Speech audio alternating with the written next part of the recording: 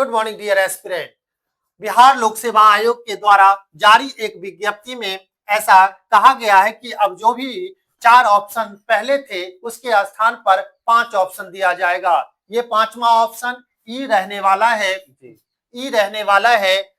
ई का मतलब यहाँ पर ये हो जाएगा कि आपको अगर कोई भी चारों ऑप्शन पसंद नहीं है, मतलब जो आंसर नहीं है, चारों ऑप्शन आप नहीं देना चाहते हैं, तो ई को कलर करके आप आगे निकल सकते हैं। ये आपका टाइम जो है वो कंज्यूम करने वाला है।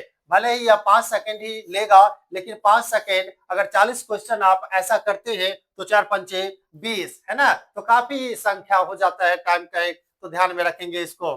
ये बिहार लोक सेवा आयोग द्वारा एडीओ का एग्जाम जो हाल ही में लिया गया था कुल 9 शिफ्टों में, है ना, 9 शिफ्टों में उसे स्थगित कर दिया गया, उस परीक्षा को कैंसिल कर दिया गया, है ना। अब आगामी आने वाला जो डेट होगा वो कौन सा होगा यह आयोग पर निर्भर करता है। फिर भी हम लोग अपने अनुमान से यह बता सकते हैं कि इसमें ज्यादा लेट लतीफा वाला काम ये करने वाला नहीं है, जैसा कि इससे पूर्व भी मैंने बताया था और वो सही भी हुआ था, है ना। एकदम आपका बात तो ये भी आपका भले ही नोटिफिकेशन बहुत जल्दी देखने को मिल जाएगा, एग्जाम जुलाई तक। अगर कोई बच्चा वो ई का जो है सो आंसर नहीं देता है तो ऐसी स्थिति में उसको कितना नंबर जो है वो बीपीएससी के द्वारा काट लिया जाएगा सर?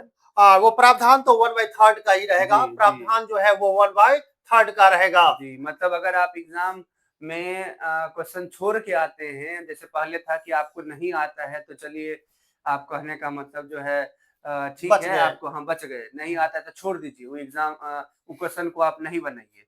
लेकिन अब है कि आपको 100 में 100, 150 में 150 पूरा बनाना होगा, और अगर आप नहीं बनाते हैं तो ई में अगर गोल आप नहीं करते हैं एक ऑप्शन में जिसमें आपको नहीं भी आ रहा है, मतलब आप क्वेश्चन को छोड़ देते हैं, तो आपका 1/3 काट दिया जाएगा। में चला जाएगा। तो सर ये जो बीपीएससी लाई है, मतलब ये जो चीज की ए बी सी डी वाला ऑप्शन भी रखी है, इससे बीपीएससी को क्या समस्या हो रही थी? क्यों ऐसे बीपीएससी जो है ई वाले ऑप्शन को भी ले आई?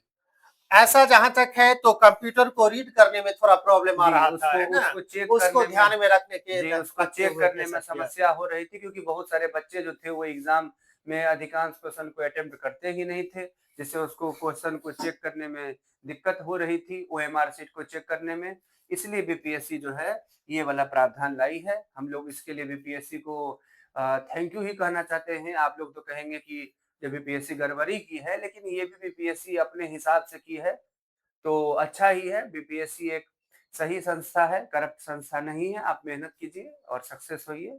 हाँ, जो भी अभ्यर्थियों का विश्वास था वो इससे ये सब करने से बरकरार ही रहेगा। जी, जी सर, है ना? रद्द वाला भी आप देखिए कैसे केवल षड्यंत्र रचने के आरोप में ही सब कुछ मिला नहीं, लेकिन षड्यंत्र रचने के आरोप में ही जो है बीपीएससी उस एग्ज़ाम को कैंसल कर दी है। तो आप मेहनत कीजिए, नया एग्ज़ाम के लिए मेहनत कीजिए, सफल हो जाएँगे। जी, धन्यवाद।